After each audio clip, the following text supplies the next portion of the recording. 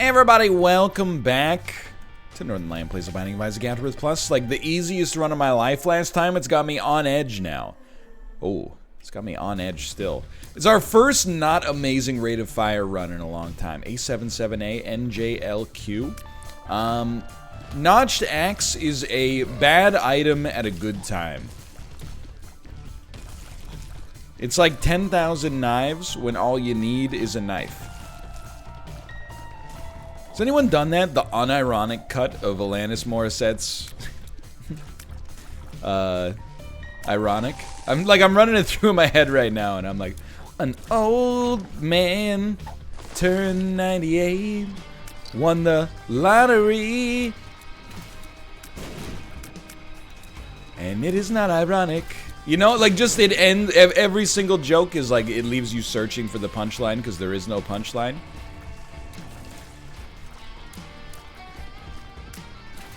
That could be good. I don't know.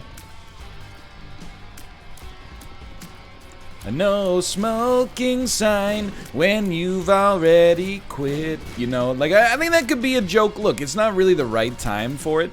If you could come out with that, you know, you could get it a Saturday Night Live sketch about that in, like, 1996. In 2020 is not really, you know, the best possible... You know, you're not striking when the iron is hot. The iron has cooled. In fact, it's like basically at absolute zero. Just make sure you got the ball and chain in front of you here. You're doing okay if you got the ball and chain in front of you. So we could just use that to destroy everything, but I think that it's much more sensible to use notched axe for timeliness reasons. That could be a Neil Cicierega song, but I'll be honest. I think that Neil Cicierga's, he's a cut above that. They are meme songs, they're meme mashups, but they have more artistry to them. Like, I'll be honest, I really like What a Fool Believes by the Doobie Brothers. I think it's one of the top 20 songs of the 1970s, perhaps. But What a Fool Believes, mixed up with In the End by Linkin Park, it actually goes hard. I'm not quite sure yet if it goes harder than the original. I have a big original bias, without a doubt. I for the most part, I very much dislike cover songs. I guess a mashup is not technically a cover, but you know what I mean. I've talked about it before. The reason I dislike a lot of cover songs is because I feel, excuse me? The model intersected? Whatever. It's not like that one's going to be the quarter anyway. My history with cover songs is like, you know... rock or electronic songs being remixed into like acoustic folk versions and then having everybody be like, oh, I didn't like the song at first. I don't appreciate artistry unless it's a bearded man with a guitar, you know? No, I've never been a big fan of Snoop Dogg. I don't think rap music is real music, but hey, this Gin and Juice cover by a bluegrass band in Louisiana, it really highlighted that it's not all bad. You know, I don't respect that. I got a lot of respect for the original artistry. However, I make exceptions. I've been known to make exceptions. I mean, I'm not sure that Dear Dinosaur by Neil Cicierega is better than Dear Prudence, but it's a heck of a lot better than Walk the Dinosaur. I'll tell you that much. It's got some pizzazz to it. I'm not used to the first floor taking this long. Anyway. The other thing I dislike about covers is that anytime you bring up not liking covers, somebody inevitably brings up Hurt by Johnny Cash. And you're like, yeah, there's exceptions to every rule. There's probably other ones as well. I mean, the worst kind of cover, for sure, is the cover that serves no purpose. You know what? That's a big get, just temporarily at least. Like, without being super rude, because people think that I'm a Weezer hater. That's not true at all. I'm a huge Weezer fan. Just mostly, / exclusively, the Blue Album, and then Pinkerton is a big mood, obviously. And then after that, like... Sure, you know, Maladroit, there's some stuff on that that's like, that's okay. And then there's like even, I gotta say, Rivers Cuomo, like in 2007 or so, he put out his first solo album, and it had some songs that were written around like 1995 era Weezer. And there's some stuff on that I'm like, it's okay. Like I'm not super against it, but most of what the band has actually done, and I know you're like, what about Make Believe? No, like especially Make Believe. With what is that song called? Perfect Regrets? No Stranger? I forget what it's called. Perfect Situation, is that it? Anyway, Weezer's cover of Africa was like the perfect distillation of things I don't like. Hold on, we're gonna buy this, and the reason we buy that was because we wanted the orbital. The damage is whatever, but the orbital's worth a ton. Now we have potential access to an arcade on the next floor again as well. You know, this is not the right way to do this, but I'm not going back for the trinket. We'll just pick that up. I think I will open this, though. And I'm actually super glad that I did, even though it caused us to take some damage. I think it's very wise for us to purchase the stopwatch. Even though it screws up our arcade chance. It's really, like, I don't even look at it like we're buying the stopwatch anymore. I look at it that we're buying a speed upgrade, and that's worth, like, an awful lot. Especially if we end up using our orbital as much as I expect that we probably will. Oh, have we already seen second secret room? No. Was that floor 1? Was that the first floor? You're putting a lot of responsibility on the banter engine here to have me talking for 6 minutes on the first floor.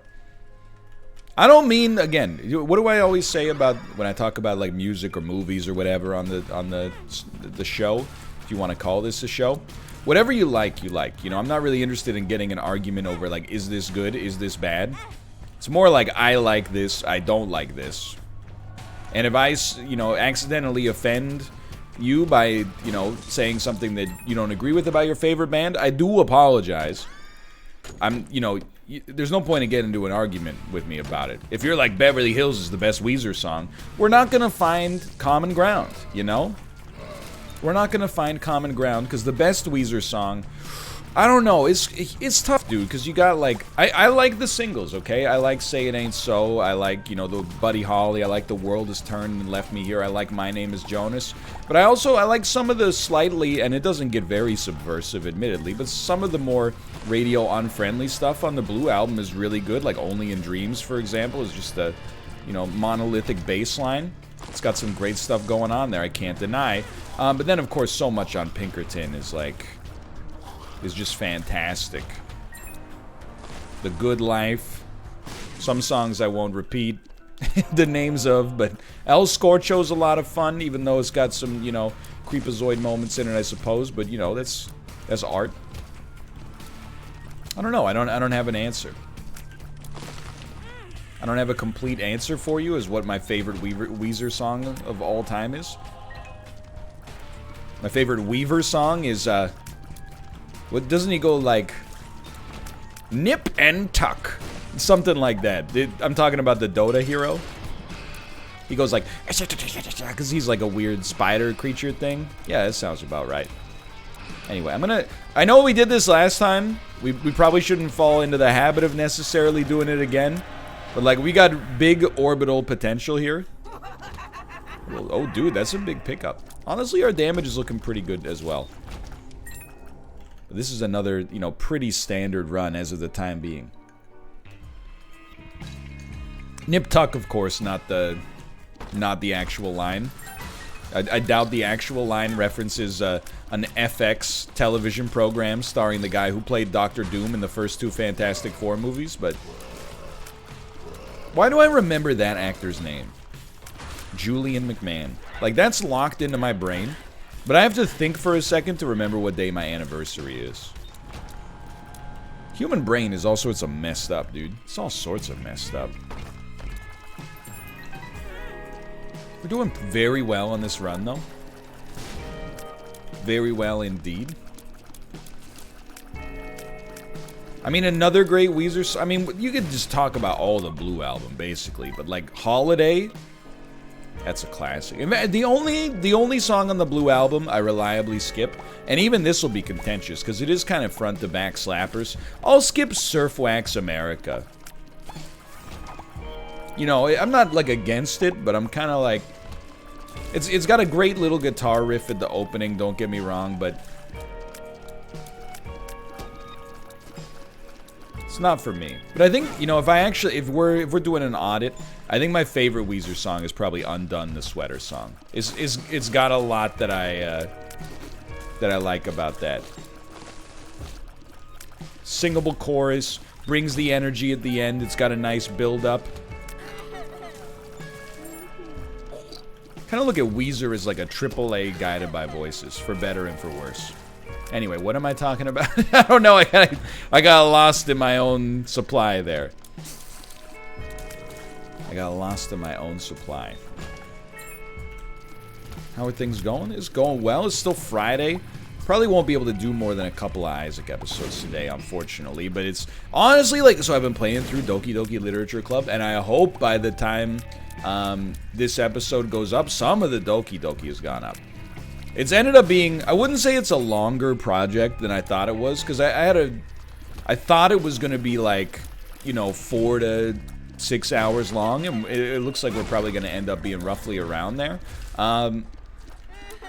What really what's the holdup is that I underestimated like how long it would take me to fit 4 to 6 hours into my schedule easily, which is not like a humble brag about like, oh, I'm so busy, but it's more like, in order to get all or almost all of the normal YouTube stuff out and then also fit in this extra stuff on top, finding that extra space has been hard. Yo, we got a 3rd level Meat Boy. It's actually, I'll tell you, I think it's debatable whether or not we should have even taken the 3rd level Meat Boy, but it is, it's a rare and fun item. And I will also admit, I'm not sure if we ever even got Meat Boy proper on this whole, on this save file. I also don't know if we ever got Bandage Girl on this save file, so we'll re-roll this. We'll re-roll this. Oh, I think we'll take that. You're crazy for this one. It's good stuff. Anyway, yeah, and then honestly, I've been enjoying Doki Doki quite a lot, and you'll hear that as the episodes go on if you watch them, and I hope you do. Certainly something that's out of my wheelhouse, and a very uncomfortable game to play. I don't think that's like a strange thing to say at all. However, ooh, very nice. I'm having a really good time with it, honestly. I think that it's, you know, it probably won't go down as one of my favorite games ever made, but I do very much like get what it's doing, and I'm here for it. I respect the way it's playing with the genre conventions. Let's put it that way. Anyway, get me out of here. This is good stuff. This might not be on anybody's mind, but I was in that shop and I was like, hey, with Counterfeit Penny, why not blow up the donation machine and then pick up the money? It'll give you more money than it lost, and then you could give it back and maybe like get the donation machine rolling. Well, like the real reason is that it takes too much time. But then the secondary reason is like when the donation machine blows up and gives you 3 cents, it actually like takes 5 cents out of the machine. You know, there's some breakage that happens in that transfer. Oh, that's beautiful. It's not completely efficient is what I'm trying to say. But we got a great thing going here. Ain't no doubt about that. But yeah, it's been nice. You know, I don't want to give people the impression that I'm... Well, let me put it this way. I think people will have the impression that with the Doki stuff, Doki Doki stuff, I was kind of dragging my heels. But at the end of the day, like, I'm not at all. If anything, I'm burning the midnight oil. The only thing is you don't notice it until it's already done, because of the fact that I'm uploading all the episodes after the whole series is recorded, because I don't want anybody to spoil anything, or, you know. I mean, the other thing is I kind of just want the ink to be dry on my decisions. Like, I don't know if it's a game where, like, the decisions you make can actually affect whether a character has a good or a bad outcome. But I would rather have it, like, be pre-written so that people aren't trying to steer the actual direction of where things go. Because I just remember, like... So I played through this game called This War of Mine. It was, like, at least 4 or 5 years ago. It's from the same publisher and developer, 17-Bit Studios, that made or just 17-bit maybe, that made Frostpunk, another game that I like a great deal. And I just remember, like, I got really soured on this war of mine, and this is me speaking frankly, not due to the game, but it's a game that, like, takes place in, like, a war-torn environment where, like, you're just trying to survive. And there was a situation where, like, I was raiding a hospital or something like that, and I heard like a crime being completed, or being committed, I mean to say, and I did nothing about it. In the game, I want to reiterate, because of the fact that I was like, I really need these supplies, or like the people that are back at my home base are gonna die. And then there was, like, not the majority, but there were a lot of, like, really, really genuinely angry comments that were like, you left that girl back there to, you know, those guys, and nobody even knows, like, you are a monster. And I'm like, yo. Like, I understand where you're coming from, but I also think you're having a little trouble separating, like, fiction from reality right now. And, like, I hate to say it, because this is a little bit rude, I guess, in and of itself, but, you know, if you're the kind of person that is gonna play a game with some sensitive stuff in it and not have, you know, the ability to separate it from, you know, a person's actual, like, real life personality. It wasn't even like I was like, ha ha ha ha ha, you know, that's good, it'll be a distraction. I was like, yo, this is messed up, but, like, they're forcing me to make a tough decision, and I choose the survival of the people that are, you know, part of my in-group here. But there was some people that were like, they could not get over it and were very, very upset. So, like, I don't want to use that as an excuse to never play anything resembling, like, slightly spicy content. Because we played Life is Strange. There's lots of stuff that happens in Life is Strange that's, like, you know, quite mature for sure. But we handled it in a way that I think everybody was mostly on the, you know, on board with. And when people weren't on board with it, I was just like, you know, I get it, you know, you're hella into Chloe. I understand. But I also think, like, hey, you know, because your attachment to a person that does not exist has made you rude to a person that does exist, and that makes you the jerk, not me. So if you can reconcile that, then we're cool as far as I'm concerned. Let's pop this down for a second. But yeah, that was basically my reasoning for Doki Doki, you know, recording the whole thing all at once, is like, I don't want to play 3 episodes, look at the comments, and be like, okay, so what I'm going to do now is no longer play the game for myself. I'm merely going to be like an automaton that does the decisions that chat wants me to do. Full stop. And again, you know, I mean, it's a serious game. If you can't handle that, I harbor no ill will towards you. I'm not going to force you to watch the content. I would, in fact, if the choices are like, hey, watch the content and then, like, be rude, or be, like, very disturbed, I would much rather you not watch the content than watch it and be kind of like a thorn in the community. It's really what it comes down to. It's not to say all criticism is invalid. It's more just like, you know, you gotta, I don't know, look in the mirror sometimes, I guess. It's pretty much where I'm at with that one. I mean, again, I'm in a good place community-wise. But I have been watching, like, you know, Dan's getting lit up by the Big Brother community. And I'm like, man, people have gotta... And why? Well, I guess there's, like, a rumor that there was some pre-gaming by some of the contestants involved that, you know, I honestly have no idea whether or not Dan was involved in. Nor do I understand, admittedly, like, what the severity of that would be to begin with. Clearly not, like, there's no illegality. But would people in the Big Brother community that are diehard fans be stoked? I don't know. Yes or no. But he's been getting, like, lit up on social media as a result of it. Or, like, occasionally, I've been seeing it, too, that, like, people will tear into him. Because, like, someone that they liked on the show got eliminated.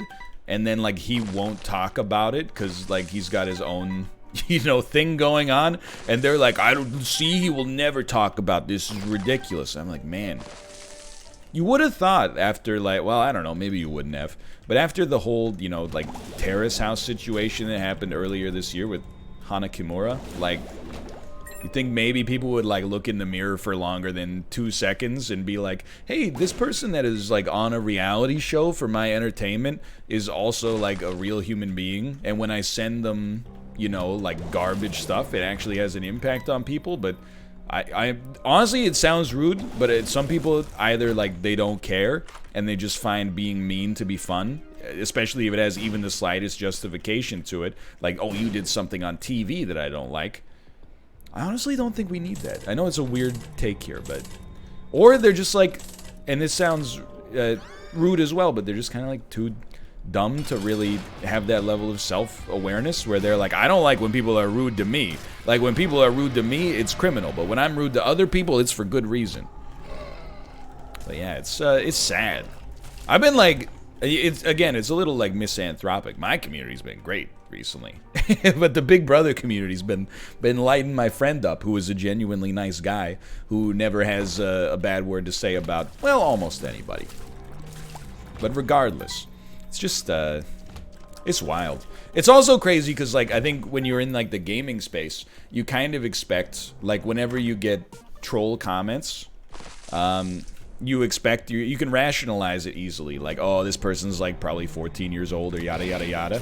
They're like mid-40s like doctors that'll tweet Dan and be like, you know, thanks for ruining this season. And you know, like it's wild to me the way people whose real names are attached to their profile will behave on social media.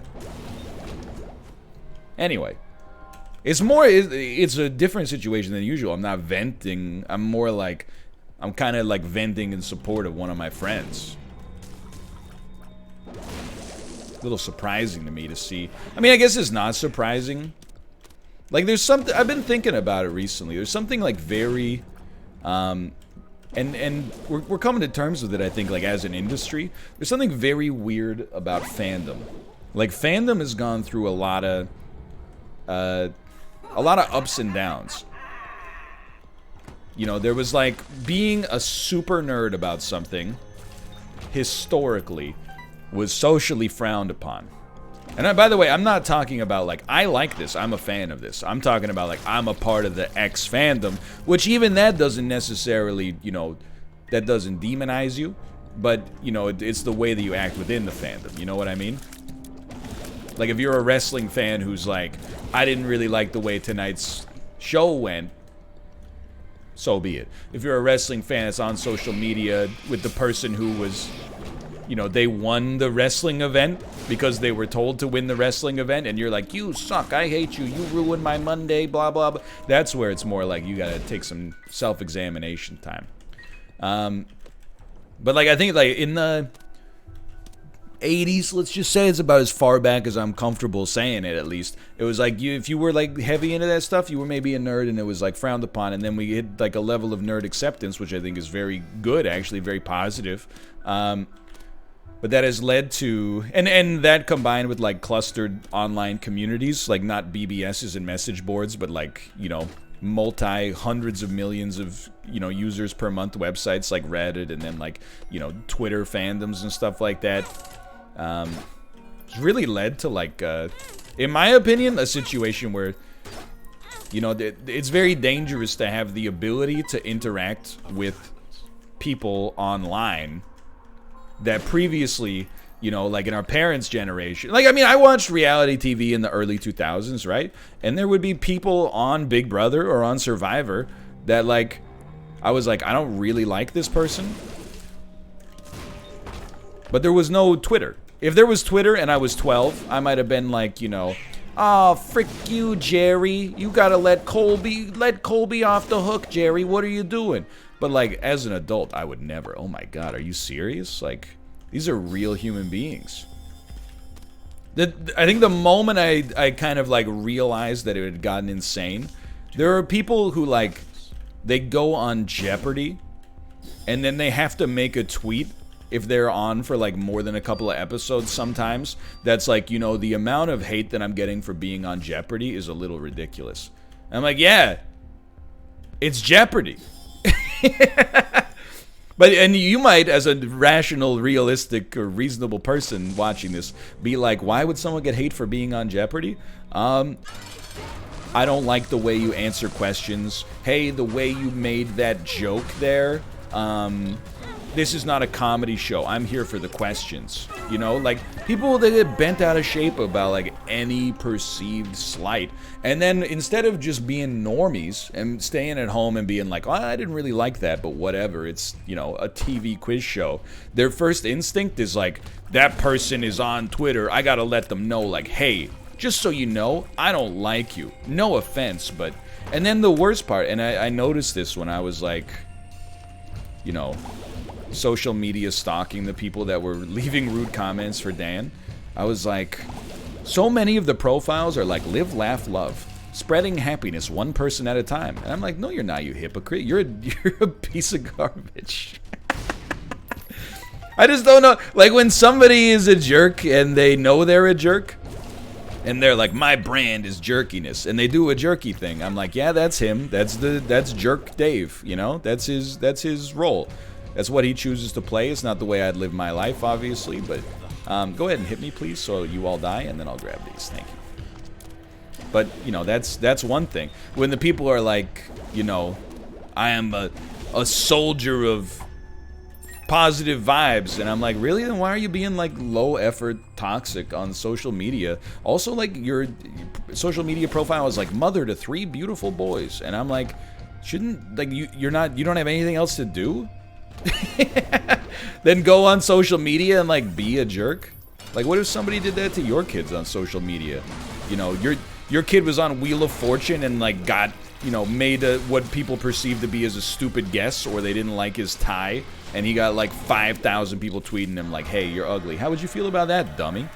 Anyway, the answer is they don't, you know, give them, they don't apply the same level of judgment to their own actions that they do to other people's. That combined with like the Big Brother fandom scares the crap out of me, because like the people on Big Brother are just normal people trying to win, you know, a completely arbitrarily designed game. But people that are like watching at home will make their avatar this person and be like, I'm part of this person's fandom. And then if anybody does anything that like compromises that person in the game, oh, watch out. Like, it's wild, man. Like, we're wrapping this into like something much more serious, obviously, but I'm like, I talked about it on stream the other day. And again, I want to reiterate that I'm basically, like, Dan would probably prefer that I just didn't talk about it or be bothered by it, because that's the kind of guy he is. And I'm sure he's doing fine, but still, it's just, you know, it's frustrating to see. But there's like an unbelievable, like, mental health crisis.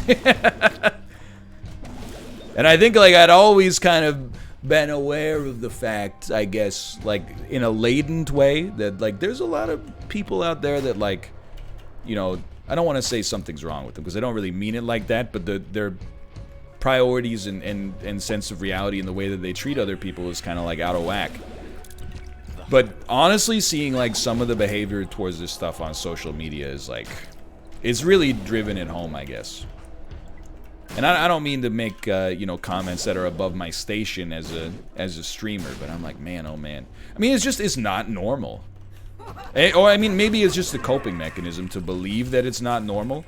Because if you believed that it was normal, then you would be like, man, mankind is, like, fricked. One of the times I wish we didn't have to play by the monetization rules. Fricked takes a little bit of the value out of that. But, excuse me. You're an enemy. Okay, for some reason I thought you were a friend. But yeah, it's like, it's just not normal behavior to, like, define your existence online based on, like, again, like, if you're, like, a K-pop fan and you, like, change your avatar to, you know, whoever, that's, like, it's something I wouldn't do, but, like, at least it's not... At least it's kind of like art, if that makes sense.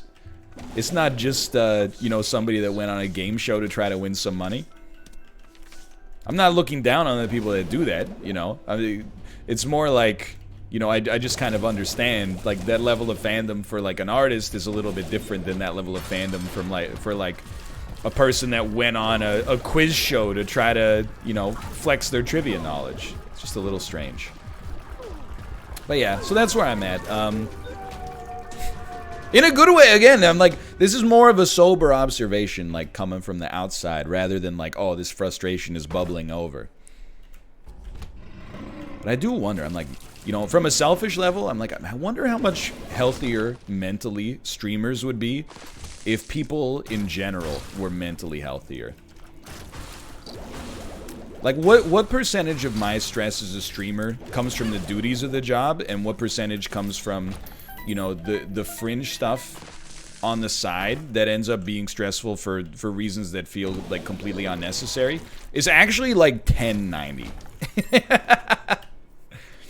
Very few people, well, it depends on where you're at, too. Like, if your analytics are, like, bad, and you're like, oh, I don't know, every month is, like, a struggle, that's a different story. But, you know, and it's a privilege, I'll admit, but I'm at a level of comfort where, like, that stuff mostly, every now and then, I'm like, okay, we gotta take a look at these numbers and figure out, like, what's going wrong, and maybe, you know, start some new stuff to get it moving in the other direction. But for the most part, day-to-day operations are, like, unstressful. What's stressful is, like, looking at the riffraff that pops up in the community, and you're like, man, it's just, like, so...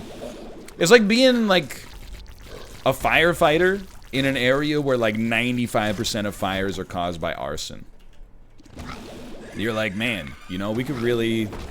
The job would be a lot easier and no less of a public benefit, really, if we could just stop all these arsons.